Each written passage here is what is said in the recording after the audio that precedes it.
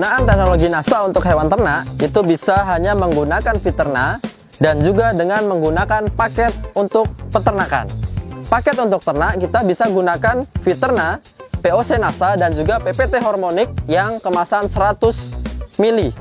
Hormonic khusus yang 100 ml. Kalau Fiterna 500 cc dan juga POC NASA 500 cc atau 500 ml. Nah, untuk menggunakan paket kita harus campurkan terlebih dahulu ketiganya menjadi satu wadah. Ini menjadi larutan induk untuk teman-teman gunakan kepada hewan ternak nantinya. Pertama kita tuangkan dulu. Boleh POC NASA dulu, boleh Fiterna dulu, atau boleh Hormonic dulu, silahkan. Yang penting nanti tercampur secara merata. Nah, ini kita pertama Fiterna dahulu. Kemudian selanjutnya kita campur POC NASA menjadi satu ya. Nah ini warnanya kurang lebih sama, menyerupai kehitaman. Kemudian kita campurkan juga PPT Hormonicnya. Nah, jadi sebelum kita gunakan, apabila kita paketnya adalah Fiterna, POC, dan juga Hormonic, kita harus campurkan dulu ketiganya. Kemudian ketika sudah tercampur ketiganya, kita harus siapkan tempat yang lebih besar untuk menampung yang sudah kita campurkan, kecuali teman-teman ingin langsung menggunakan. Nah, jadi kalau teman-teman hanya mempunyai misalnya peternakan skala kecil atau skala biasa, tentunya ini perlu disiapkan wadah dulu untuk penyimpanan selanjutnya agar penyimpanan bisa menjadi lebih lama. Nah, selanjutnya kita simpan ke wadah yang lebih besar. Nah, jadi ini kita gunakan botol bekas, silahkan botol apapun. Ini adalah botol dari Tangguh Probiotik yang tempo hari masih ada. Apapun ya, boleh botol aqua yang 1,5 liter, boleh botol ataupun ember juga silahkan. Nah, ini biasanya teman-teman di lapangan sebut sebagai larutan induk.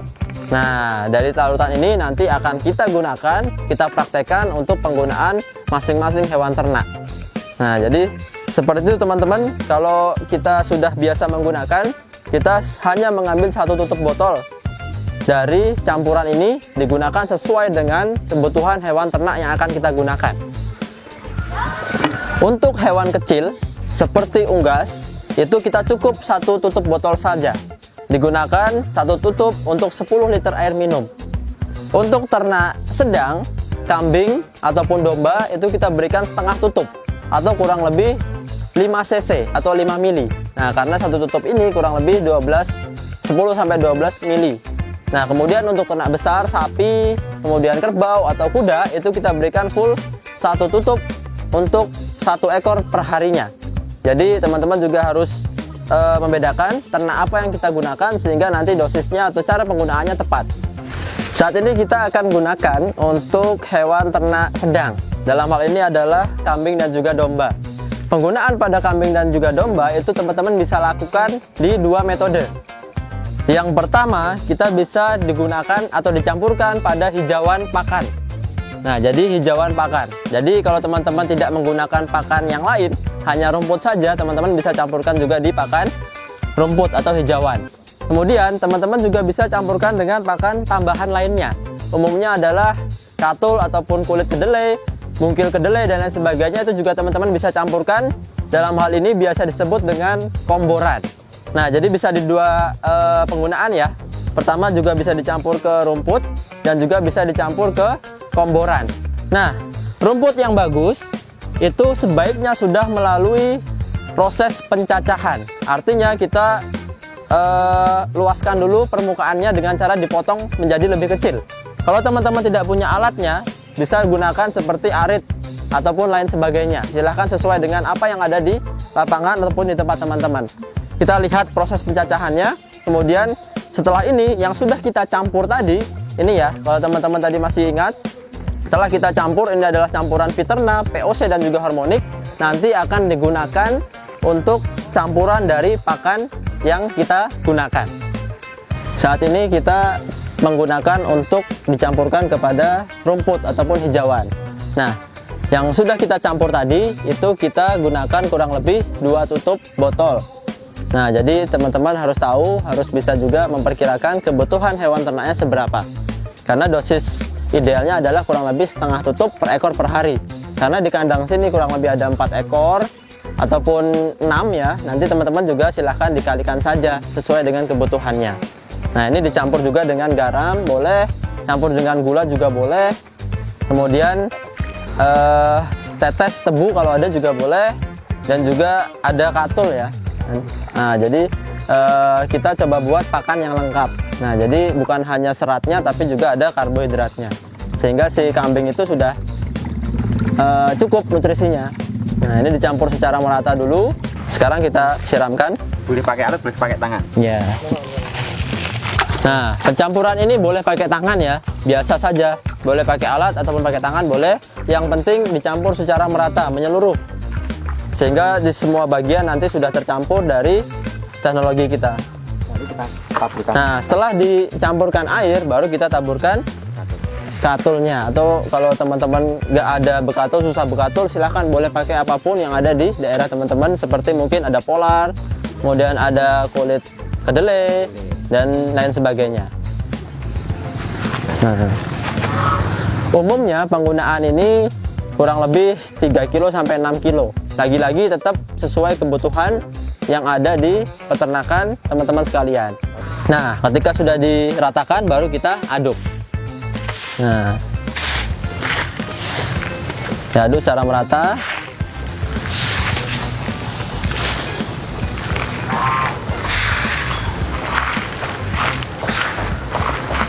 Nah, jadi semua sisi harus tercampur ya.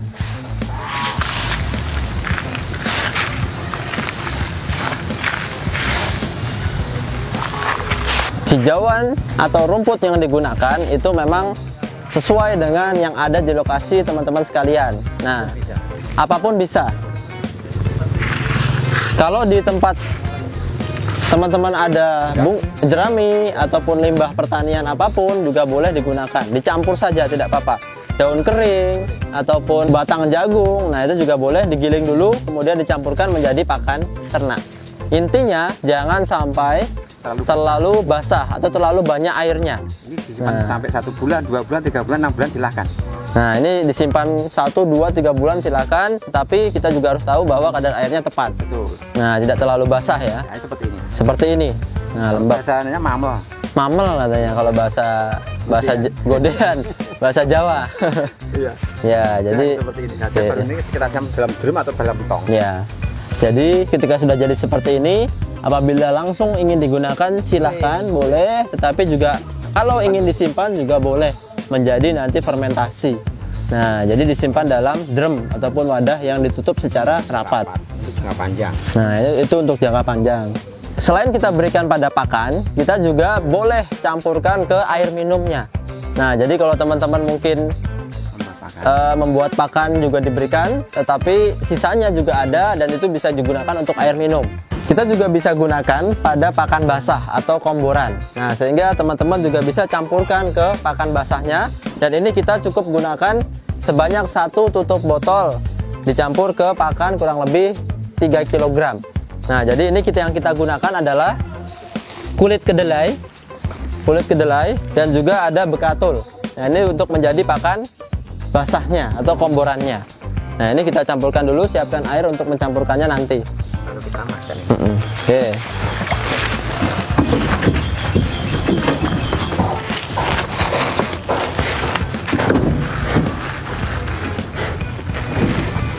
Nah, kita campurkan ya secara merata.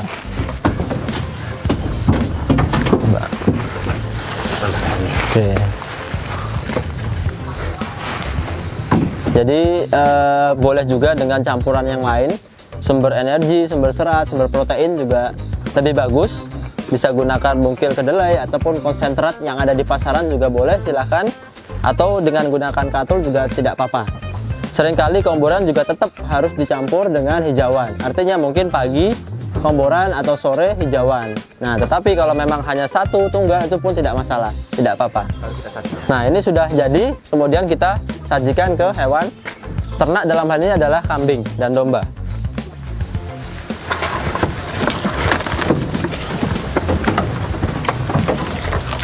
Bagi teman-teman yang langsung biasanya campur ke Ember sini juga boleh, tidak perlu dicampur dulu ke ember, sesuai kebutuhan saja.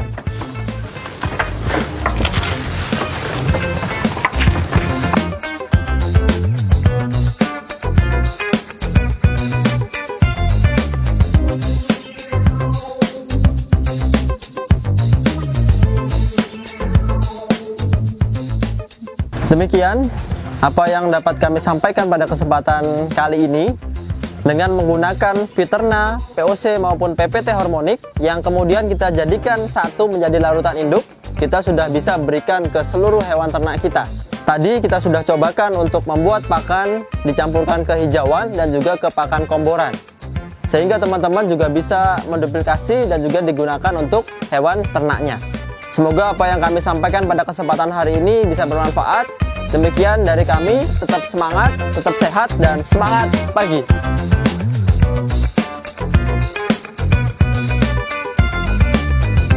Baik. Cek 1, 2, 3 Bapak Ibu sekalian. Terima kasih. Kita sebelum mulai cek sound dulu seperti biasanya. Sudah terdengar ya Bapak Ibu sekalian ya. Sudah ada lebih dari 100 peserta yang hadir. Terima kasih. Ini dari berbagai wilayah. Dari Hong Kong juga sudah hadir. Dari Pangkal Pinang ini. Luwuk Banggai juga sudah hadir. Terima kasih. Bu Niswa ini, Bu Niswa. Lampung Timur, Nurjana.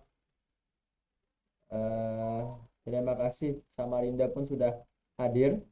Tidak menunggu waktu lama, kita mulai saja kegiatan webinar kita pagi hari ini. Bapak Ibu sekalian, bagi yang merasa suaranya masih kecil, belum terdengar jelas, bisa meningkatkan volumenya atau pakai headset ya, karena memang di sini sudah full, suaranya sudah full, sudah maksimal. Kami cek juga sudah terdengar, walaupun memang volumenya harus dibesarkan. Silahkan meningkatkan volumenya Bapak Ibu sekalian. Kita mulai saja pada kesempatan pagi hari ini. Tema kita yang berkaitan dengan teknik budidaya kambing dan domba. Insya Allah kita mulai saja. Bismillahirrahmanirrahim. Assalamualaikum warahmatullahi wabarakatuh. Semangat pagi mitra nasa dimanapun berada, di seluruh penjuru Nusantara maupun di berbagai belahan dunia lainnya. Semoga Bapak Ibu sekalian dalam keadaan yang tetap sehat, tetap luar biasa, tetap semangat menjalankan bisnis NASA dengan mudah, dengan lancar, dan mudah-mudahan mendapatkan rezeki yang berkah dan juga melimpah. Amin.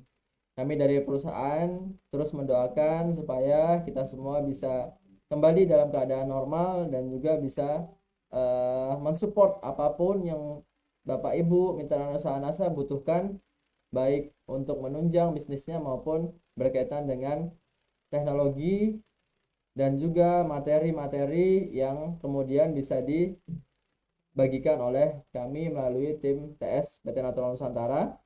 Bagi Bapak Ibu sekalian yang belum mengenal saya, sudah ada namanya tadi di depan, Rifki Dimas Aji. Adalah salah satu konsultan teknis bidang peternakan. Nah, jadi kalau berkaitan dengan peternakan, Bapak Ibu sekalian bisa menghubungi mengkontak kami di nomor pelayanan yang sudah ada di 081127920004. Itu berkaitan dengan peternakan dan juga perikanan. Nah, dalam materi pada pagi hari ini kami sajikan secara lengkap, full. Namun pembahasannya memang tidak menyeluruh dan detail, karena memang berkaitan dengan budidaya itu akan panjang sekali teori pembahasan dan juga tips dalam budidayanya, sehingga pagi hari ini kita sampaikan secara umum saja Bapak Ibu sekalian. Apabila nantinya ingin atau membutuhkan lebih lanjut materi yang lebih detail, bisa juga mengontak kami selaku tim TS PT NASA. Kemudian nanti bisa juga mengundang barangkali kalau ingin mengadakan sharing khusus bersama timnya, itu juga bisa. Monggo silakan mengajukan ke bagian divisi Humas dan Technical Service Bapak Agus Hakim di 081127920004. Materi pada kesempatan pagi hari ini kurang lebih ada 6 subbab, ini ada 6 berkaitan dengan kambing dan juga domba, karena memang kalau kita bicara hewan ternak, salah satu yang masih menjadi favorit dagingnya dan tersebar di mana-mana itu adalah kambing dan domba. Belum lagi kalau kita tahu bahwa ada perayaan-perayaan tertentu yang memang ternak ini menjadi syarat untuk menyelenggarakan kegiatan tersebut, seperti Idul Kurban sebentar lagi, kemudian ada akikoh yang harus dengan kambing ataupun domba. Nah, itu memang masih menjadi favorit peternak dalam membudidayakan kambing dan domba, sehingga kita juga harus membantu mensupport, baik itu meningkatkan produktivitas kambing dan dombanya ataupun membantu teknologi yang tepat sehingga para peternak mudah untuk menjalankan kegiatan beternaknya. Nah, tadi di awal kami sampaikan video aplikasi teknologi NASA untuk kambing dan domba. Bapak Ibu sekalian bisa saksikan ulang, sudah ada di YouTube PT Natural Nusantara. Nah, Bapak Ibu sekalian bisa cek langsung di sana. Ada aplikasi cara teknologi NASA, paket NASA untuk kambing dan juga domba. Nah, beberapa subbab ini, yang pertama ada sekilas tentang kambing dan juga domba, kemudian jenis-jenis atau apa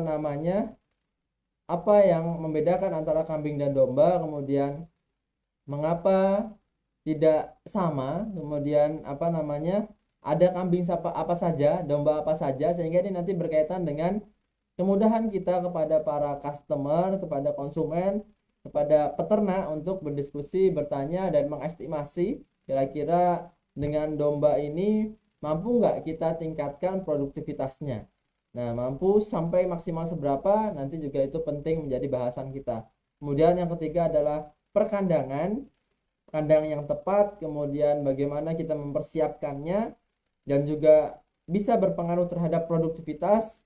Nah, sehingga ini semua nanti menjadi bekal Bapak Ibu sekalian apabila ingin memulai beternak atau ingin berkunjung ke suatu peternakan kambing dan domba, sehingga kita bisa paling tidak memahami apa yang menjadi kendala di lapangan dan juga bisa menerima masukan serta menjelaskan. Nah, beberapa faktor tersebut kurang lebih ada di 6 poin ini. Kemudian kandang siap, kita harus siap memilih bakalan. Nah, itu di poin 4 nanti ada pemilihan bakalan, pemilihan bibit yang tepat. Kemudian selanjutnya ada manajemen pakan. Nah, ini tentu pakan ini adalah masuknya teknologi kita, teknologi NASA, sehingga ini juga penting, ditambah dengan aplikasinya NASA nanti bagaimana. Kemudian yang selanjutnya adalah bagaimana kita memanajemen kesehatan dan upaya kita dalam mengendalikan penyakit kambing dan juga domba. Nah, untuk yang pertama kita lihat potensi sekilas kambing dan domba. Memang setiap tahun seperti kami sampaikan tadi terus mengalami peningkatan ya. Ini rata-rata di Kementerian Pertanian Republik Indonesia memang populasi terus meningkat 2,5% per tahun.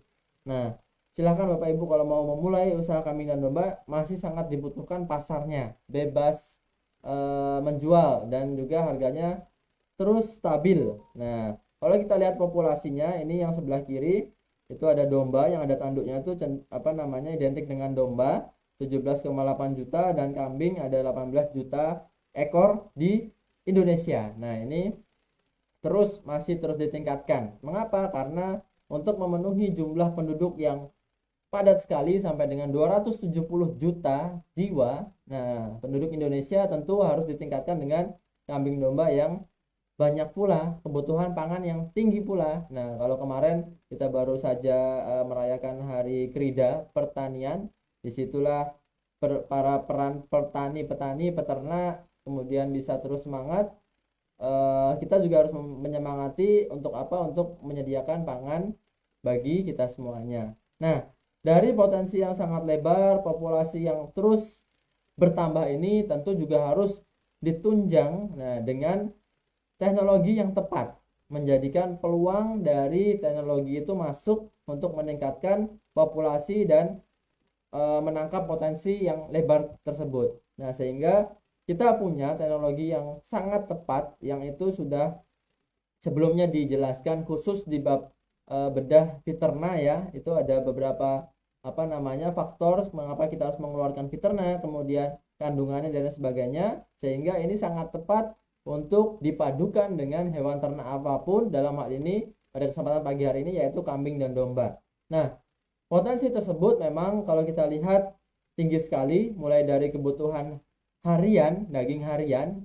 Nah, daging harian ini Bapak Ibu sekalian mesti setiap keluar rumah, setiap berkunjung ke suatu daerah, pasti di pinggir jalan ada yang namanya warung sate. Nah, yang menjadi favorit dan harganya memang selalu stabil tinggi di atas, yaitu sate kambing, sate tongseng dan lain sebagainya. Itu adalah kebutuhan pribadi, kebutuhan harian. Belum lagi ada pesta, acara event tertentu yang membutuhkan asupan daging kambing dan domba. Idul kurban, akikoh, belum lagi kalau nanti susunya diperah menghasilkan susu kambing dan lain sebagainya, karena masih banyak lagi potensi dan kebutuhan akan daging kambing dan juga domba. Nah, jadi kurang lebih kita di bulan depan merayakan bagi umat muslim ya, mengadakan ibadah Idul Kurban. Nah, insya Allah tahun ini Bapak Ibu sekalian mudah-mudahan bisa cukupkan oleh Allah Subhanahu wa taala untuk bisa berkurban. Nah, karena memang kurban ini ceritanya panjang sekali. Di sini juga ada di surat Al-Kautsar ayat kedua ya. Maka dirikanlah sholat karena Rabbmu dan berkurbanlah. Nah, berkurbanlah sebagai ibadah dan mendekatkan diri kepada Rabb, kepada Allah Subhanahu wa taala, sehingga kurban ini menjadi suatu hal yang hampir menjadi prioritas umat muslim ya. Sehingga bayangkan kalau umat muslimnya mayoritas, sehingga kebutuhan daging, kebutuhan ternak ini juga menjadi tinggi. Nah, sehingga Bapak Ibu sekalian tidak perlu khawatir akan pasar dari kambing dan juga domba. Nah, jadi seperti itu sekilas kambing dan domba. Kemudian yang selanjutnya adalah, nah ini Bapak Ibu sekalian mungkin yang belum banyak mengetahui jenis-jenis kambing dan juga domba di Indonesia. Nah, ini kita bahas dulu mengenai domba ya. Nah, jadi biasanya kalau Bapak Ibu sekalian pergi ke suatu peternakan, kemudian ada yang dipajang di depan, yang harganya mahal, bertanduk lancip, yaitu yang disebut dengan domba Garut. Nah, jadi posturnya tubuh tegap ya, tanduknya besar melengkung, cenderung bertanduk panjang dan melingkar ke belakang sampai dengan maju ke depan. Nah, domba Garut ini memang menjadi favorit karena dia tubuhnya besar, bisa mencapai ukuran besar. Namun tetap juga ada yang namanya grading atau pembagian ukurannya, sehingga ini juga menentukan harga. Nah, jadi kalau domba Garut ini juga ada gradingnya, ada yang kelas A, kelas B, dan juga kelas C. Bervariasi bobot badannya. Bisa diatur, bisa ditingkatkan melalui manajemen budidaya yang tepat. Nah, kemudian kalau kita potong, kita dapatkan karkas itu juga lumayan sedang ya, 40 sampai 45%. Artinya yang sudah dikurangi kepala, sudah dikurangi kulit, dikurangi jeroan, dikurangi kaki, kemudian darahnya itu 40%-an. Jadi kalau karkas itu setelah dikurangi itu semua, daging dan juga tulang itu jadi 45%. Kalau seumpama kita punya nimbang ternaknya bobotnya 40 kilo, sehingga kita dapat karkas kurang lebih hampir 20 kilogram. Nah, sehingga itulah poin-poin penting dalam kita beternak dan juga nantinya membeli atau menggunakan hewan ternak tersebut. Kemudian yang selanjutnya selain domba Garut, ada juga domba ekor gemuk. Nah, ekor gemuk ini ditandai dengan ekornya yang gemuk ya. Mungkin Bapak Ibu sekalian jarang ditemui untuk ternakan tradisional, karena biasanya ternakan tradisional lebih suka menggunakan domba ekor tipis atau juga ternak gembel. Nah, ternak gembel, ternak domba itu juga sering digunakan untuk peternakan biasanya. Nah, DEG ini atau domba ekor gemuk itu memang karkasnya lebih tinggi. Nah, lebih tinggi, dia kepalanya lebih agak kecil, kemudian tulang-tulangnya dan posturnya memang kalau dibandingkan domba yang lain memang lebih tinggi, namun belum bisa mengalahkan dari domba Garut. Nah, kemudian yang ketiga adalah domba ekor tipis. Nah, inilah yang sering banyak kita temui di lapangan. Nah, gembel biasa disebut juga dengan gembel karena bulunya, rambutnya itu yang tebal, kotor. Nah, gembel ya, gembel. Namun kami sarankan apabila Bapak Ibu sekalian ingin beternak, rambut-rambut itu juga seharusnya dicukur, nah dipotong, sehingga tidak mengganggu, tidak menjadi tempat bagi penyakit itu tumbuh menempel di tubuh ternak. Nantinya ada kutu, ada serangga dan sebagainya, itu menyebabkan penyakit. Nah, DET ini, domba ekor tipis ini memang lebih kecil badannya. Nah, jadi lebih di bawahnya dari si domba ekor gemuk tadi. Nah, kalau karkas memang nggak beda jauh, masih di atas 40-an%, dan dia cenderung telinganya ke bawah kecil. Nah, tanduknya pun tipis kecil, muncul tapi biasanya cuman sedikit ya, sedikit, nggak sampai dia melingkar seperti domba Garut. Nah, yang terakhir mengenai domba yang memang saat ini juga banyak dibudidayakan dan juga menjadi favorit dari dagingnya, itu adalah domba merino. Nah, domba merino ini banyak juga yang bilang seperti biri-biri. Nah, namun aslinya ini adalah domba merino. Badannya tertutup dengan bulu yang rambut yang tebal. Nah, rambut yang tebal dan juga dia memiliki karkasnya yang tinggi sekali. Karkas tadi setelah dikurangi semuanya ya, dia itu mempunyai persentase daging tadi yang banyak dari badannya tersebut. Walaupun harganya mahal, apabila dia dipotong ternyata mendapatkan daging yang banyak dan juga berkualitas. Mengapa kemudian menjadi favorit? Karena dagingnya pun kualitasnya bagus, lebih empuk, lebih sehat dan lain sebagainya. Nah, berat badannya pun itu bisa besar sekali sampai dengan 60-an kilo ke atas. Bisa, ada yang bahkan hampir 1 kintal itu ada domba merino di Indonesia. Nah, Bapak Ibu sekalian, kalau yang belum pernah melihat bisa juga berkunjung ke peternakan. Sekarang mulai ada juga banyak yang menyilangkan. Nah, merino dengan domba-domba yang lainnya ada juga yang disilangkan. Nah, kemudian selanjutnya selain domba, nah jadi sebelum kita masuk ke perbedaan kambing dan domba, kita juga lihat kambing. Nah, macam-macam kambing ya. Kambing mungkin Bapak Ibu sekalian sudah banyak yang menemukan jenis-jenis berbagai macam, tetapi yang paling umum itu ada dua, ada kambing PE. PE ini adalah peranakan etawa, karena kambing ini aslinya adalah etawa. Nah, etawa. Namun begitu sampai di Indonesia tentu harus adaptasi dan juga harus bisa mengikuti iklim di Indonesia, sehingga perlu dikawinkan dengan ternak yang sesuai dengan iklim Indonesia sehingga menghasilkan anak walaupun produktivitasnya menyerupai dengan etawa tadi, namun ini sudah peranakan sehingga jarang sekali etawa asli tetapi kita sebut dengan PE, kambing peranakan etawa. Nah, ini kambingnya tinggi ya, cenderung lebih tinggi, nangkring, lebih besar. Nah, pundaknya itu biasanya dinilai untuk perlombaan. Nah, jadi kalau dia tinggi, besar, kemudian dia bisa menjadi pemenang kontes. Biasanya juga ada kontesnya. Tinggi pundaknya sampai dengan 1 meter, berat badannya tinggi juga, berat juga sampai dengan 40-an kilogram. Nah, di sisi lain kita punya kambing yang asli ya, kambing yang pribumi ibaratnya. Nah, itu adalah kambing kacang. Nah, kambing kacang ini mudah dipelihara, dibiarkan saja dia hidup makan sendiri nyari sendiri, tetapi memang posturnya itu tidak sebesar kambing dan juga domba yang lainnya. Kambingnya kecil, kemudian warnanya hitam, biasanya hitam gelap, hitam full. Kemudian ada juga ya sekali yang coklat, putih, kombinasi juga ada. Berat badannya mungkin hanya berkisar paling tinggi 30 kg. Nah, jadi kambing kacang ini mungkin kalau untuk peliharaan, sambilan, tabungan itu juga enggak apa-apa. Cuman kalau untuk budidaya tanggung ya, sekalian aja berikan yang terbaik. Nah, ternyata kambing itu berbeda dengan domba. Bapak Ibu sekalian, memang ada berbagai macam perbedaan sehingga kita harus membiasakan menyebut dengan perbedaan tersebut. Misalnya si peternak itu ternak domba ya bilang saja ternak domba. Nah, kalau ternak kambing ya ternak kambing, karena memang dari berbagai jenis itu ada perbedaan. Serupa namun tak sama ya. Ini kalau kita lihat perbedaannya, Bapak Ibu kelihatan nggak ya? Kelihatan ya, mudah-mudahan ya. Dari ekornya itu memang kalau dari domba itu dia ke bawah. Nah, jadi ekornya ke bawah, kalau kambing ke atas. Ekornya tuh naik ke atas, buntutnya itu ke atas. Mana ya? Nah, ini kambing ya. Lihat yang kacang itu ke atas.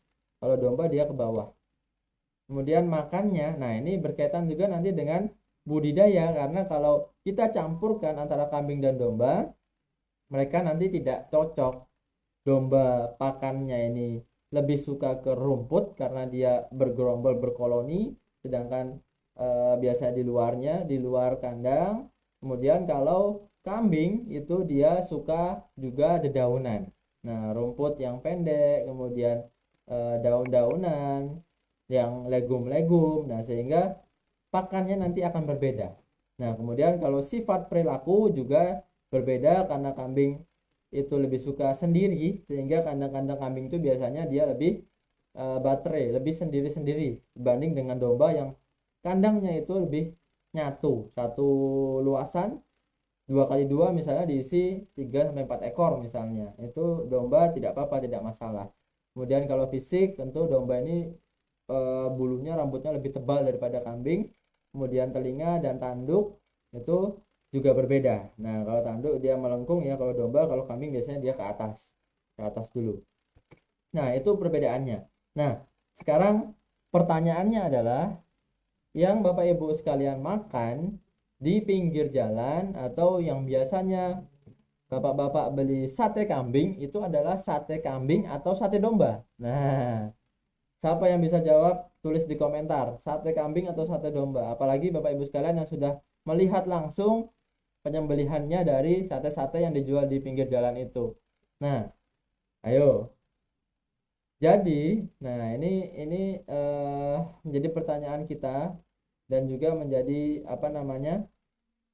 Peluang ternak ya, ternak, karena memang dari sate-sate atau olahan-olahan itu lebih disukai dari domba. Walaupun tulisannya sate kambing, tapi itu sebetulnya sate domba. Nah, karena apa? Karena kambing itu memiliki kelenjar bau. Nah, ini perbedaan selanjutnya. Memiliki kelenjar bau sehingga kambing memiliki aroma yang lebih menyengat daripada domba. Bapak Ibu sekalian pernah dengar perengus nggak? Nah, perengus itu adalah bau yang dikeluarkan oleh kambing. Nah, sehingga biasanya orang nggak mau ke kandang kambing. Nah, padahal misalnya peternakannya peternakan domba. Nah, sehingga baunya tidak sebau kambing. Nah, namun ada juga yang eh, asli sate kambing. Nah, jadi kalau asli sate kambing berarti dia sudah pintar, sudah bisa untuk mengolah dagingnya. Karena aroma bau ini, kelenjar bau ini hanya ada di bagian bawah ekor biasanya. Bagian bawah ekor, bawah-bawah tubuh si kambing. Sehingga jangan sampai bagian itu bercampur dengan bagian daging lainnya. Atau jangan sampai setelah kita potong bagian ekornya, kemudian tangan kita masih megang bagian itu, kemudian megang bagian lain, maka khawatirnya dagingnya menjadi lebih lebih bau, lebih perengus. Nah, jadi satenya nanti kurang, aromanya kurang nendang lah. Nah, belum lagi dari kualitas dagingnya, karena daging domba banyak yang bilang juga lebih lebih empuk. Nah, jadi mayoritas memang sate kambing ini yang digunakan adalah dari daging domba. Nah, gitu ya Bapak Ibu sekalian ya. Kemudian selanjutnya ada perkandangan. Ini silahkan nanti dibaca saja karena perkandangan ini sangat bervariasi dan juga syarat-syaratnya memang tidak mutlak. Ini yang ideal ya, yang ideal kalau bisa terpisah dari pemukiman, mudah dijangkau transportasi, dekat dengan sumber sarana apa namanya produksi. Produksi ini maksudnya dengan tanaman, nanam pakan, kemudian produksi pakan, kemudian ternaknya itu berkembang. Nah, kemudian juga dengan pemasarannya. Nah, dekat dengan hal itu semua, kalau bisa sesuai dengan tata ruang setempat, rencana tata ruang setempat yang khusus. Biasanya ada khusus untuk bagian zona hijau ataupun peternakan, pertanian dan lain sebagainya. Jangan sampai nantinya begitu kita sudah investasi besar di suatu lahan, datanglah pemukiman, nah bukan pemukiman yang pergi, malah kita yang diusir. Nah, itu banyak kejadian, khususnya di peternakan broiler biasanya. Nah, karena baunya, lalatnya dan lain sebagainya. Namun itu sudah bisa kita kurangi dengan teknologi kita, bau bisa menjadi lebih minimalis. Nah, baunya bisa lebih berkurang.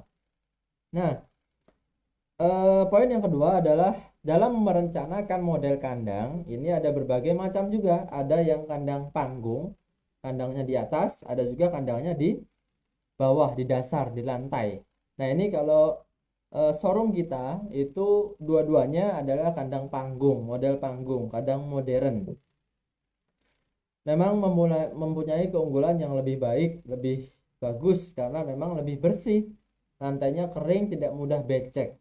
Nah, kemudian mudah dibersihkan, kotoran bisa kita koleksi, mana yang serintil, mana yang urin, sehingga bisa menjadi pupuk untuk masing-masing kebutuhannya. Nah, kemudian kesehatan itu juga lebih terjamin karena penyakit itu mayoritas tumbuh dari kotoran.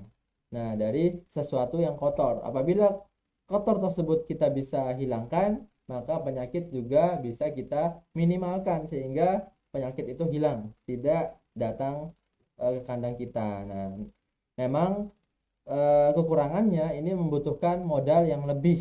Nah, yang lebih untuk membangun kandang seperti ini, namun modal tersebut kita hanya keluarkan sekali karena kandang ini bisa bertahan 5 tahun, bisa sampai 10 tahun. Nah, bergantung dari jenis bahan yang digunakan. Nah, ini yang selanjutnya adalah model kandang lantai. Kandang lantai ini memang mayoritas peternak kita menggunakan ini karena berbagai alasan ya. Maksudnya ada yang memang kandangnya hanya di sebelah rumah. Nah, ini ketika kami jalan-jalan pun sekitar wilayah lokasi rumah itu memang banyak sekali, masih banyak para peternak, petani yang itu menaruh hewan ternaknya hanya di sebelah rumah dan dengan kandang seadanya, yang penting terayomi ya. Nah, itu tidak apa-apa untuk memulai saja. Untuk memulai tidak apa-apa, boleh saja. Namun memang mempunyai beberapa juga kekurangan. Nah, keunggulannya apa? Memang lebih sederhana konstruksinya, hanya cukup atap dan juga nanti tempat pakan. Biayanya relatif murah, namun memang harus terus kita kontrol dari alas kandangnya. Perlu rutin diganti jerami atau dialasi, jangan kemudian langsung tanah karena nanti bisa becek juga menimbulkan banyak penyakit. Nah, efek selanjutnya jangka panjangnya adalah apabila kita ingin budidaya dengan tepat, kandang lantai ini menjadi hal yang kurang tepat. Karena apa? Karena menjadikan pertambahan bobot badannya menjadi lambat. Nah, cenderung lebih rendah daripada yang kandang di panggung di atas. Nah, mulai dari kotoran tadi, sirkulasi, kemudian kemampuan dia menyerap pakan dan lain sebagainya itu kurang baik sehingga kurang efisien dalam pembersihan. Nah, peternak membersihkan pasti dia masuk juga ke dalam kandang, harus menyingkirkan hewannya tersebut, kemudian balik lagi. Kalau tidak seperti itu, kandang menjadi kotor dan tidak nyaman sehingga pembersihan tersebut menjadikan juga efek negatif bagi hewan ternak tersebut. Nah, model kandang selanjutnya selain dari kandang panggung dan juga kandang dasar, juga ada jenis jumlahnya. Tadi kalau kita lihat ada kandang individu, kandang sendiri-sendiri, ini adalah kandang kelompok. Nah, jadi mayoritas atau rata-rata itu adalah kandang kelompok. Walaupun tidak secara menyeluruh jadi satu, tetapi tetap harus dibagi. Mana yang usia 4 bulan sampai dengan 8 bulan misalnya, mana yang 12 bulan sampai dengan 2 tahun dan lain sebagainya, itu juga harus dipisahkan. Karena jangan sampai terjadi kesenjangan yang tinggi antara masing-masing ternak. Nah, kandang koloni ini yang terpenting adalah mencukupi hewan ternaknya karena perlu luasan 0,5 sampai dengan 1 meter persegi per ekornya. Nah, silahkan kalau mau diisi 4, paling enggak berarti butuh 4 meter persegi, misalnya 2 kali 2 diisi 4. Nah, itu tidak apa-apa, boleh. Nah, ini kandang koloni biasanya diisi oleh domba, nah oleh ternak domba, dan juga di kandang perkawinan. Nah, bisa jadi diisi 8 betina dan 1 jantan, itu juga banyak peternak yang melakukan praktekan seperti itu, atau bahkan 1:10 banding 12 itu juga ada. Nah, tergantung kondisi kandang yang mau kita buat. maupun kandang panggung itu berkoloni pun bisa, tidak harus kandang individu. Nah, kemudian selanjutnya di perkandangan juga kita harus mempersiapkan perlengkapan kandang. Nah, Bapak Ibu sekalian, kalau memang masih ingin merintis, mungkin ini bisa dikesampingkan, tidak apa-apa. Cuman kalau ingin berkembang lagi, kita juga harus punya area-area tertentu seperti tempat gudang pakan, penyimpanan pakan, kemudian ada juga timbangan, kemudian area bongkar dan muat ternak, kemudian rumah kompos juga harus ada, rumah pupuk. Begitu dibersihkan, dipisahkan ke area tertentu yang di situ adalah tempatnya dari si pupuknya.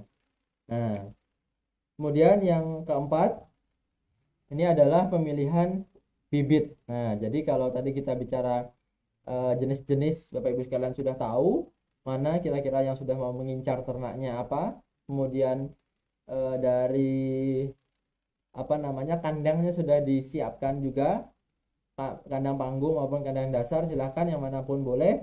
Kemudian selanjutnya untuk mengisi hewan ternaknya kita harus tahu yang namanya bakalan yang tepat atau bibit ternak tersebut yang tepat.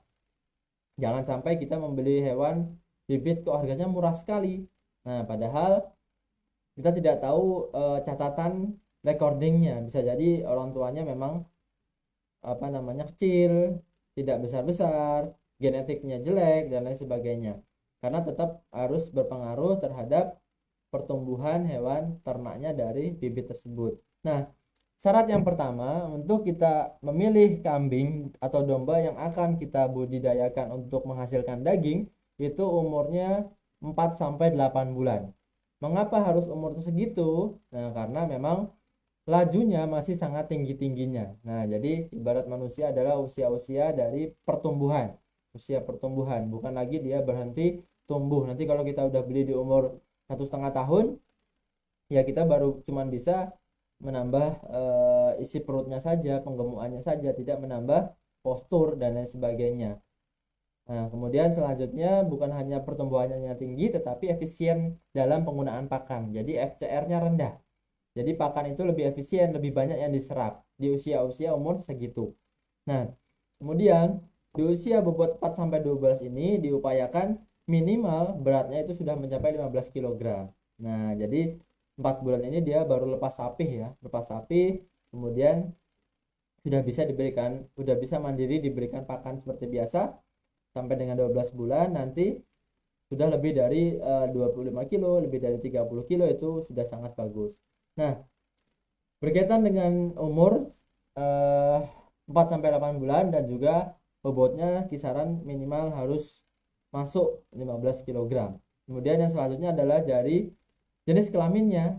Nah, jenis kelaminnya upayakan pilih yang jantan. Kecuali Bapak Ibu sekalian ingin membeli yang bisa untuk dibudidayakan menghasilkan anak. Nah, breeding atau pembibitan, pilihlah betina, upayakan betina yang pernah melahirkan anak yang kembar kalau ada, kalau bisa.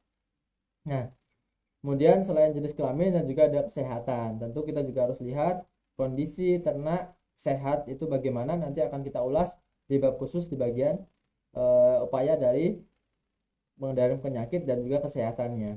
Kemudian yang keempat ada kondisi fisik. Nah, jadi fisik ini juga penting sekali. Jangan juga tertipu dengan kondisi badan yang kok kelihatannya besar. Nah, padahal itu sudah mentok. Nanti begitu kita ternakin, ya sudah, dia cuma segitu aja. Padahal harusnya bisa menjadi lebih besar lagi. Nah, kondisi badan ini boleh kurus tapi sehat. Nah, jadi kurus ini kemungkinan besar karena kurang konsumsi pakan dari peternak sebelumnya atau kualitas pakannya yang rendah. Nah, namun kalau sehat tidak cacat, dia bisa sangat kita porsir untuk menghasilkan kondisi badan yang bagus. Nah, sehingga kurus tadi kita beli harga yang murah. Nah, harga yang murah ini begitu kita treatment dengan pakan dengan teknologi NASA yang tepat, dia cepat gemuk dan juga selisihnya nanti menjadi lebih tinggi dan juga mendapatkan keuntungan yang banyak. Nah, karena beberapa penjual bibit itu biasanya kalau ada yang kurus-kurus, memang kalau yang tidak tahu trik ini itu dia lebih memilih yang besar, yang bagus. Nah, tapi kalau untuk beli bakalan bibit itu cukup sehat saja dulu. Untuk kurus gemuknya nanti bisa kita kendalikan di kandang kita sendiri, karena dia baru umur 4 bulan kalau kita beli bakalannya. Kemudian selanjutnya dari jenis hewan ternak, tentu kita harus dapatkan dari hewan yang keturunannya bagus, genetiknya bagus. Termasuk dengan bangsa tadi, apakah mau milih merino yang akan cepat besar tapi memang pakannya banyak, atau kambing kacang yang kita biasa saja, kita tidak perlu rawat dengan luar biasa dengan pakan yang ekstra, di jarke atau dibiarkan saja itu sudah hidup. Silahkan, itu pilihan Bapak Ibu sekalian. Nah, untuk memilih bakalan tadi juga penting apabila kita mengetahui penentuan umur atau usia dari ternak tersebut. Nah, Bapak Ibu sekalian, ini juga penting dalam besok Idul Kurban ya. Penting karena syarat kurban itu beberapa, salah satunya adalah dari umur ternak tersebut. Umurnya harus sudah ganti gigi atau sudah poel di atas 1 tahun untuk kambing dan domba, poel 1 minimal. Nah, jadi ini ya usianya ya. Kalau kambingnya lihat rahang bawahnya giginya itu masih kecil-kecil, itu berarti dia masih bisa menjadi bakalan yang bagus untuk kita kembangkan, untuk kita selanjutnya kembangkan. Tapi kalau untuk disembelih itu belum masuk, belum boleh, karena memang dia masih kecil. Nah, jadi kalau dia badannya besar tapi giginya masih kecil, masih muda, berarti itu ternak yang bagus. Nah, ternak yang bagus. Kemudian kalau dia sudah masuk umur 1 tahun, dia ganti gigi. Ini yang di sebelah kanan gambar ini, kalau kita lihat seksama, dia sudah ganti gigi sebanyak 2. Nah, sebanyak 2, sehingga kurang lebih tafsiran umurnya dia udah umur 2 tahun, siap untuk dijual menjadi hewan pedaging atau ternak kurban, itu boleh. Nah, jadi itu ya untuk menentukan umur. Nah, ini terlihat sekali dia udah mengganti giginya, atau giginya sudah ganti sebanyak berapa kali. Nah, ini Bapak Ibu sekalian harusnya sudah bisa membedakan. Nah, ini gampang ya, tinggal dibuka. Karena yang namanya gigi susu itu yang sudah berganti, dia bisa menjadi 2-3 kali lipat besarnya. Nah, jadi ini Bapak Ibu sekalian kalau dilihat ini poel berapa nih? 1, 2, 3 atau 4. Nah, karena poel itu maksimal sampai 4. Nah, karena giginya ada 4 pasang atau 8 gigi yang bawah. Jadi kalau poel 1 berarti 2 gigi ganti. Poel 2 berarti udah 4 gigi ganti. Jadi sepasang itu ganti. Nah, ini adalah poel 1. Nah, ini giginya kelihatan ya, poel 1 kurang lebih baru umur 1 tahun namun udah siap untuk diternakkan. Nah, jadi itu Bapak Ibu sekalian. Kemudian ini poel berapa nih kalau udah kayak gitu tuh. Nah, jadi ini adalah kambing hoks, nggak ada kambing yang ada gigi atasnya, apalagi di behel nggak ada. Nah, sehingga ini adalah guyon-guyonan saja ya Ibu sekalian, bahwa ini si giginya itu dia hanya mempunyai gigi yang bawah, rahang bawah, tidak mempunyai gigi atas, apalagi dia di behel itu nggak mungkin.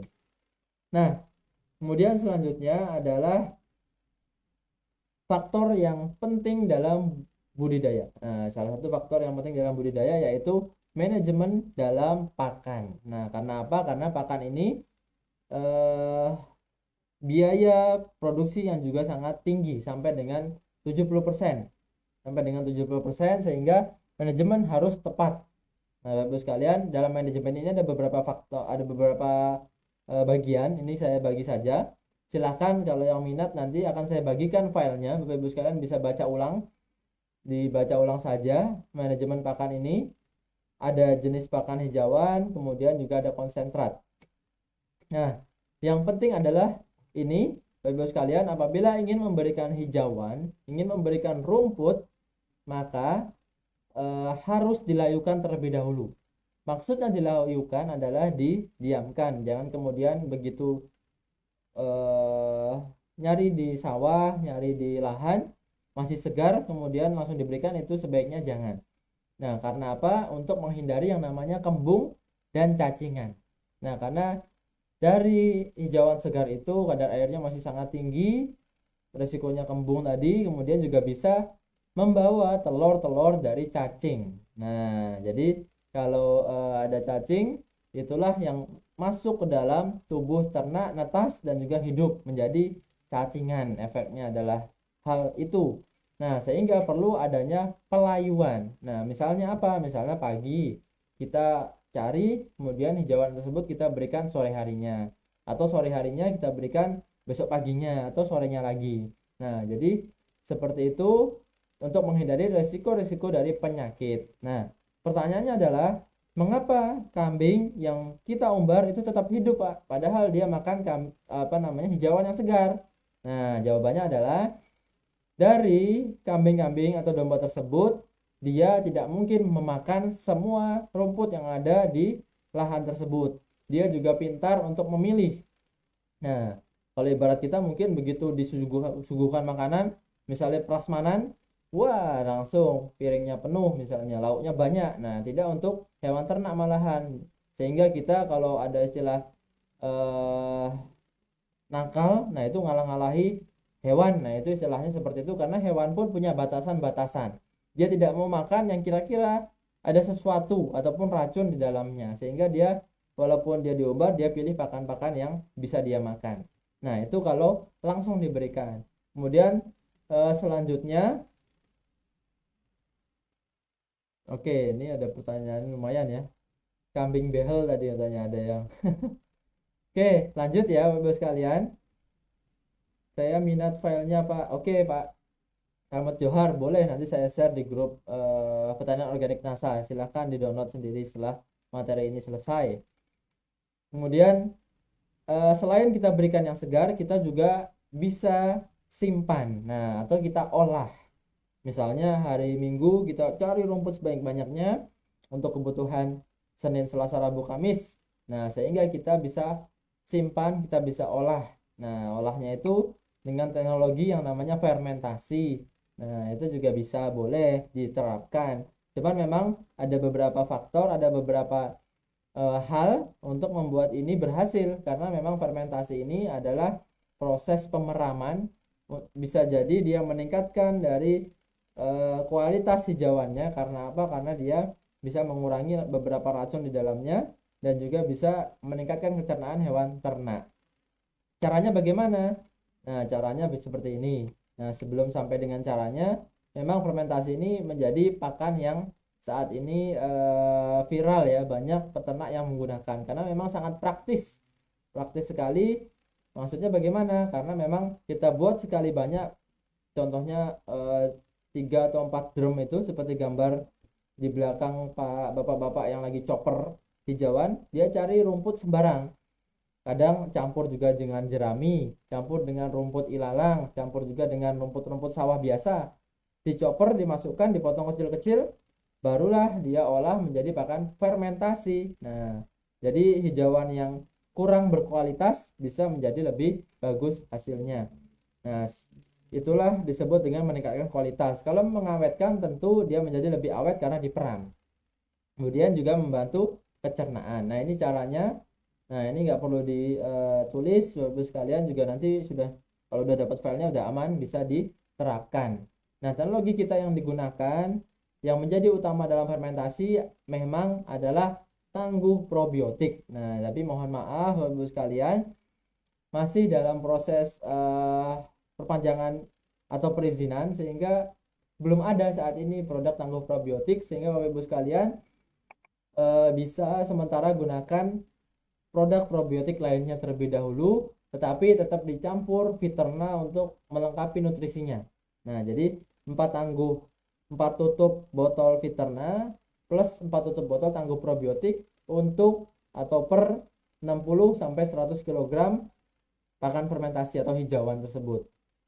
Nah, ini cukup dosisnya seperti itu. Caranya seperti di atas. Boleh dicampur juga dengan dedak, dengan katun, tepung ikan kalau ada. Konsentrat juga boleh, jadikan satu, itu menjadi pakan yang utama. Nah, jadi nanti si Viterna-nya campur dulu ke air ember ini berisi air 2-5 liter, kemudian bisa diberikan. Tadi ada di video di awal. Bapak sekalian kalau belum melihat bisa saksikan tayangan ulangnya di YouTube PT Natural Nusantara. Nah, yang A tadi atau yang pertama tadi adalah pakan hijauan. Nah, yang kedua adalah pakan konsentrat. Nah, ini penting sekali untuk ternak penggemukan. Apalagi kita kerja target, misalnya 3 bulan penggemukan.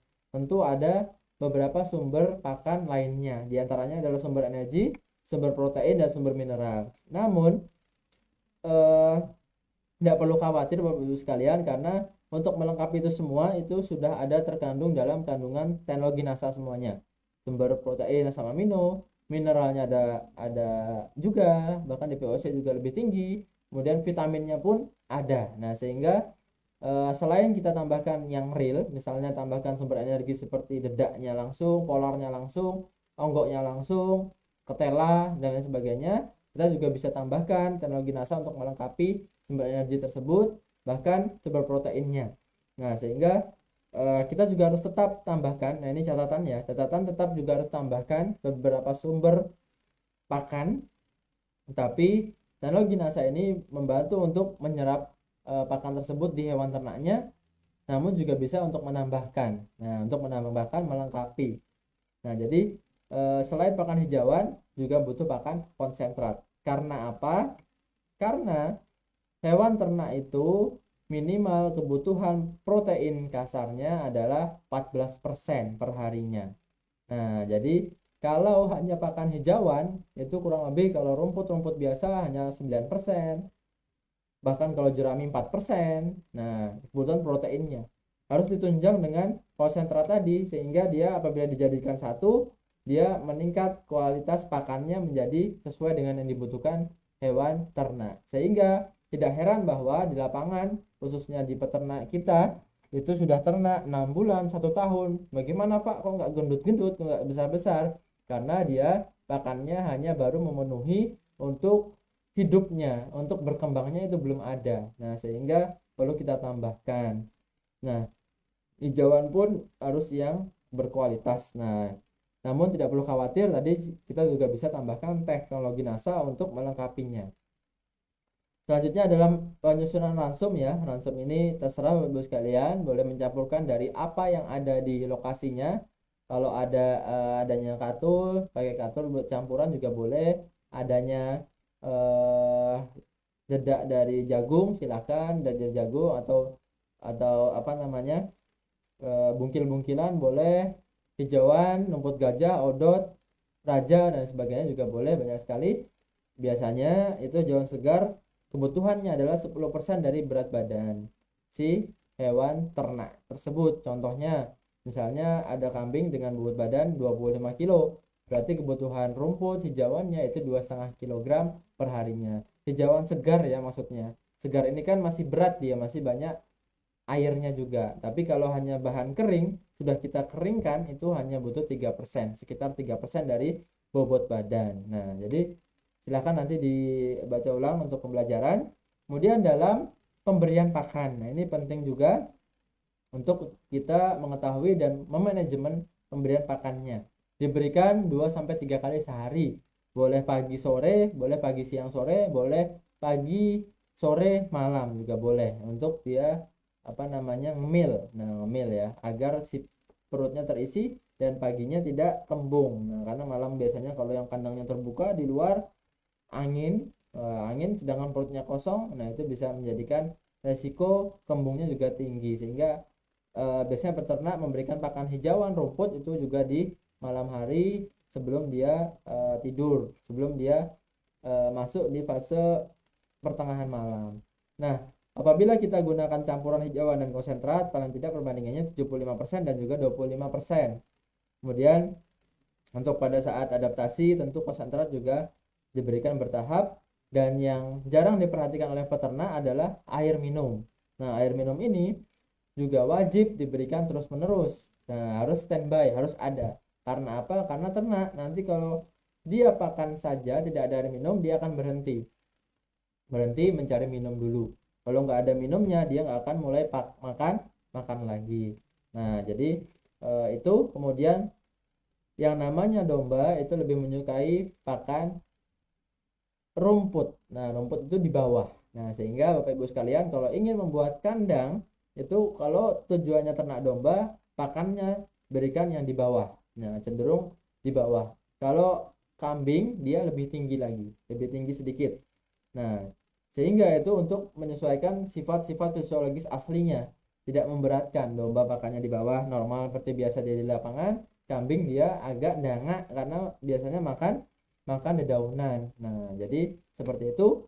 Kemudian untuk aplikasi teknologi NASA sendiri untuk hewan khususnya kambing dan domba itu cukup setengah tutup botol per ekor per harinya. Boleh dicampur ke pakan konsentrat, boleh juga ke air minumnya. Nah, boleh saja, silahkan. Yang prinsipnya adalah yang memudahkan hewan itu mengkonsumsinya. Nah, tapi memang yang paling utama adalah komboran ya, pakan basah, kontrat yang dicampur air, campur duduk-duduk yang seperti gambar yang sebelah kiri, itu diberikan cukup setengah tutup per ekor per harinya. Nah, kalau untuk kandungan sendiri Bapak Ibu sekalian, saya rasa sudah mengetahui, sudah ingat, nah, bahwa teknologi kita adalah teknologi yang luar biasa. Karena apa? Karena dia tidak memiliki efek berbahaya untuk hewan ternak dan juga diproduksi oleh bahan-bahan yang alami, organik, aman, baik itu oleh hewan ternak maupun oleh seluruh makhluk hidup lainnya. Nah, apalagi tersusun atas nutrisi murni siap pakai. Nah, maksudnya adalah ketika dia belum siap pakai, tentu si ternak harus adaptasi dulu dan harus menunggu waktu lama untuk dia siap untuk menerima teknologi tersebut. Namun, teknologi NASA sudah melalui proses yang panjang sehingga masuklah di dalamnya adalah proses yang murni siap pakai. Nah, jadi tidak perlu lagi banyak untuk mengolah, tidak perlu lagi banyak untuk menghancurkan.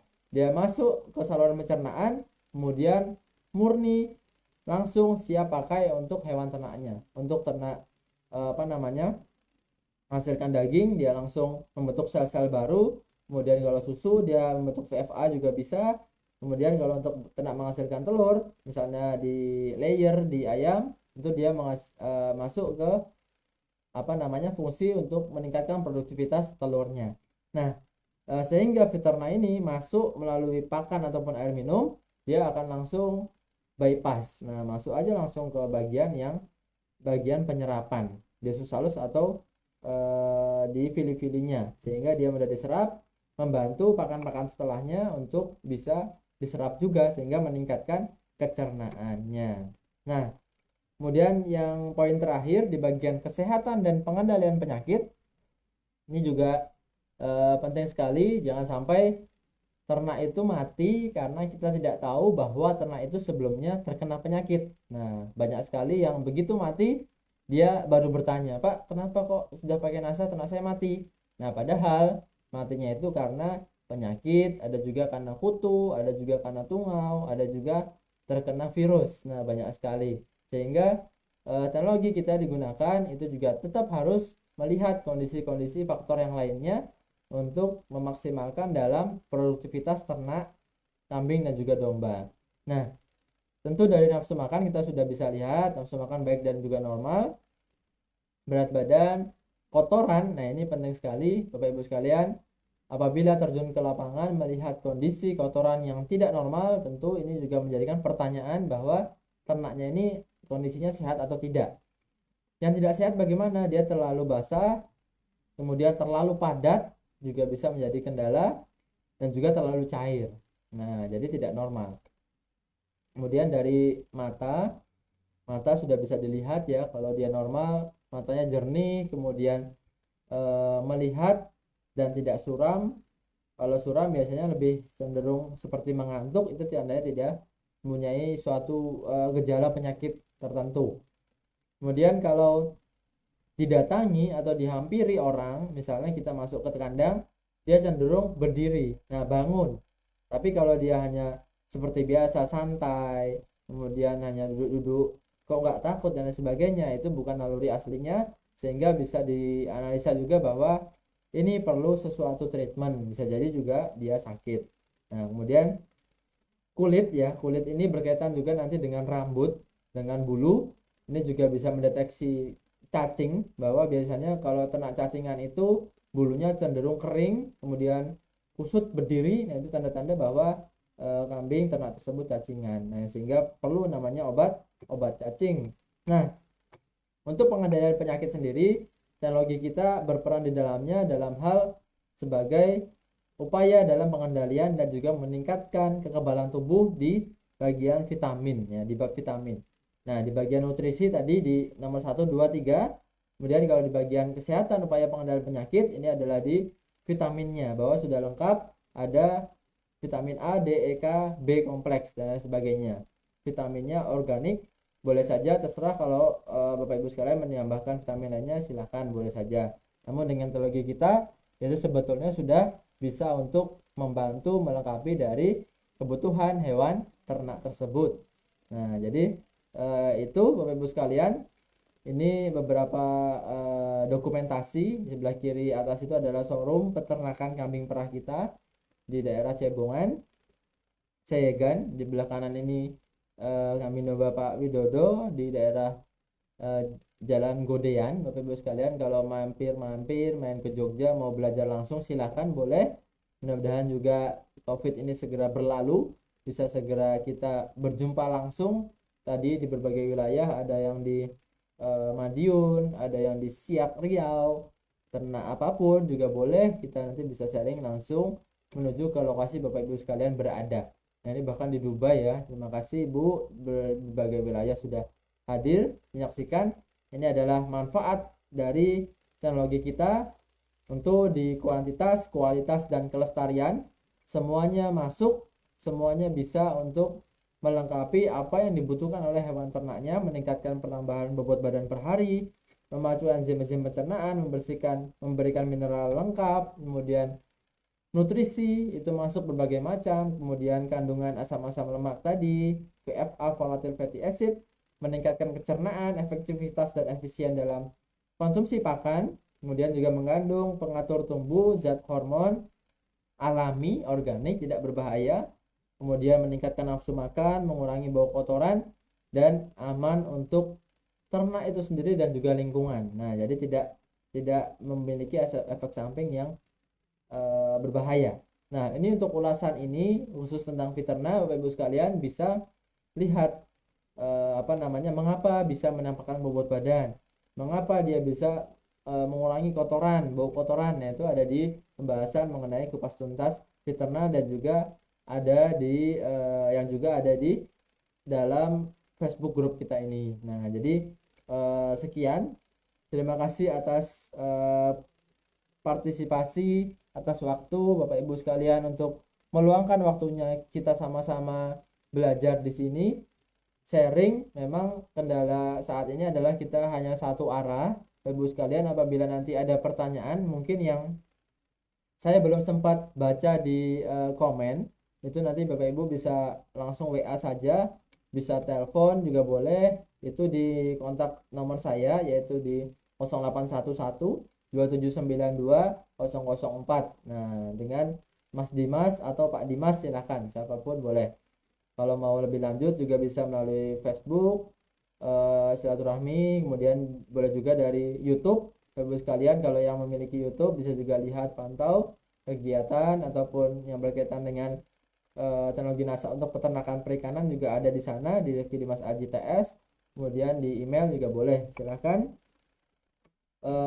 Saya coba baca dulu sedikit kalau ada pertanyaan di sini, Bapak Ibu sekalian. Kalau memang ada pertanyaan, namun secara umum penjelasan materi tentang kambing dan domba tadi sudah disampaikan. Nah, coba ya saya lihat ke atas. Gimana kalau saya pakai rumput? Rumputnya itu hasil potongan mesin rumput, bagus tidak? Tetap bagus. Tentu motong rumput ini efisien, efektifnya adalah menggunakan mesin. Nah, jadi tidak apa-apa, tidak masalah. Tentu bisa membantu mempercepat dalam proses pencacahan. Yang tidak boleh itu kalau potongannya terlalu kecil. Nah, kalau terlalu kecil, ternak juga nanti terlalu cepat mencernanya dan keluarnya juga terlalu cepat. Namun karena ukuran itu ada idealnya, dan umumnya mesin-mesin chopper pemotong rumput itu dia sudah dapat ukuran yang tepat antara 2 sampai 5 cm panjangnya si rumput itu. Mungkin lebih 7 atau 10 itu masih bisa ditolerir. Nah, apakah hasil potongan rumput tercampur dengan bantuan kecil akan dimakan kambing berbahaya atau tidak? Nah, hal-hal seperti ini yang seharusnya bisa kita hindari, karena dari bawaan bukan pakan itu juga menjadikan hal yang berefek negatif. Kalau batunya masih normal, kecil, kecil tuh maksudnya ukuran apa ya? Ukuran-ukuran eh kalau kerikil terlalu besar, maksudnya kalau kecil di atasnya pasir nggak apa-apa, boleh. Dia juga masih bisa tercerna. Namun kalau sudah lebih besar, dia akan mengganggu dan juga bisa menjadikan efek negatif pada suatu saat nantinya. Nah, sehingga perlunya gudang pakan, perlunya tempat pakan khusus, kebersihan itu adalah di poin tersebut. Apakah ada perhitungan penghasilannya, Pak, dengan hitungan per ekor? Nah, dari pengalaman pengalaman dari pengalaman mungkin ya. Nah, kalau perhitungannya itu tentu tetap ada. Nah, hitungan per ekor ini tergantung dari banyak faktor. Ada dari harga jual, kemudian harga bibitnya. Namun standarnya kalau kita bisa tingkatkan bobot badan itu 15 sampai 20 kilo selama satu periode, itu bisa kita mendapatkan profit yang bagus. Nah, contoh kita beli bakalan satu di bobot 15 kilo. Bobot 15 kilo itu berarti usia 5 bulan. Nah, misalnya dapat 800.000 ya, 800.000. Kemudian kita atau 1 juta lah harga tertinggi misalnya. Kemudian kita ternakkan dan kita dapatkan bobot badan 30 kilo di akhir, sehingga ada penambahan bobot badan 15 kg. Nah, harga jual 30 kilo ini kalau di harga-harga biasa, hitungan-hitungan biasa, harga normal itu per kilogramnya kurang lebih 60-an kilo, 60-an ribu per kilo bobot hidupnya, 65.000. Misalnya 60.000 saja. 60.000 dikali 30, 1,8 ya. Artinya sudah ada profit 800.000. 800.000 itu dikurangi biaya pakannya tadi. Nah, pakannya tadi kalau kita beli mungkin cuman butuh sekitar 200-300.000, kemudian vitamin-vitamin lainnya dan lain sebagainya, sehingga kita tetap bisa ada selisih dari penghasilan tersebut untuk per 1 ekor. Namun kalau untuk per 1 ekor belum terasa ya, dikali 10 lah misalnya, jadi ada kelihatan selama 6 bulan itu atau 5 bulan kita budidaya, kalau 1 ekor misalnya keuntungannya 200-300 ribu, kalau 10 3 juta, sehingga 5 bulan misalnya ini keuntungan terkecil lah, misalnya 5 bulan berarti dia per bulannya ya bisa dapat sekitar 600 sampai 1 jutaan. Nah, itu belum lagi kalau pasarnya adalah pasar Idul Kurban, di bobot 30 kg ke atas sudah masuk grade yang A, yang besar. Nah, sehingga harganya pun biasanya sudah di atas 2,5 juta. Nah, bayangkan tadi kalau 1,8 harganya bisa jadi 2,5. Nah, itu ada keuntungan lain yang bisa dianggarkan untuk periode selanjutnya atau bisa menjadi profit Bapak Ibu sekalian. Nah, itu secara sepintas ya. Nanti sebenarnya banyak sekali yang sudah mengulas, baik itu di Facebook, di YouTube. Bapak Ibu sekalian bisa dengan mudah untuk menonton, menganalisanya. Apalagi punya sumber pakan mandiri misalnya.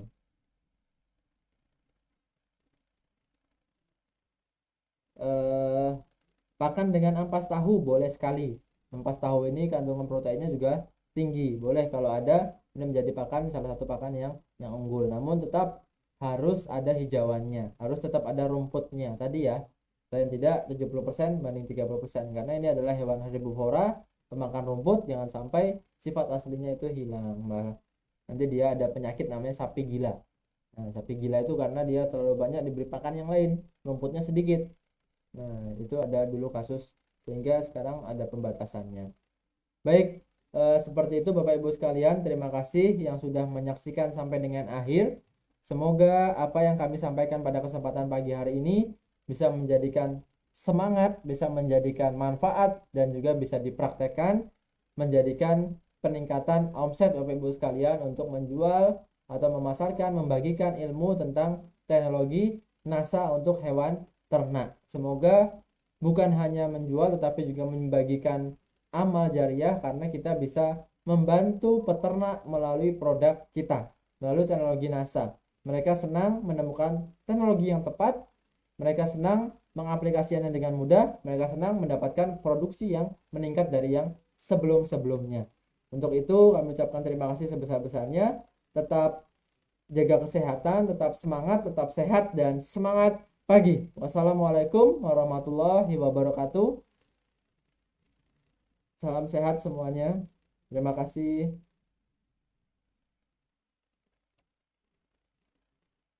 Nanti akan kami bagikan ya Bapak Ibu sekalian filenya.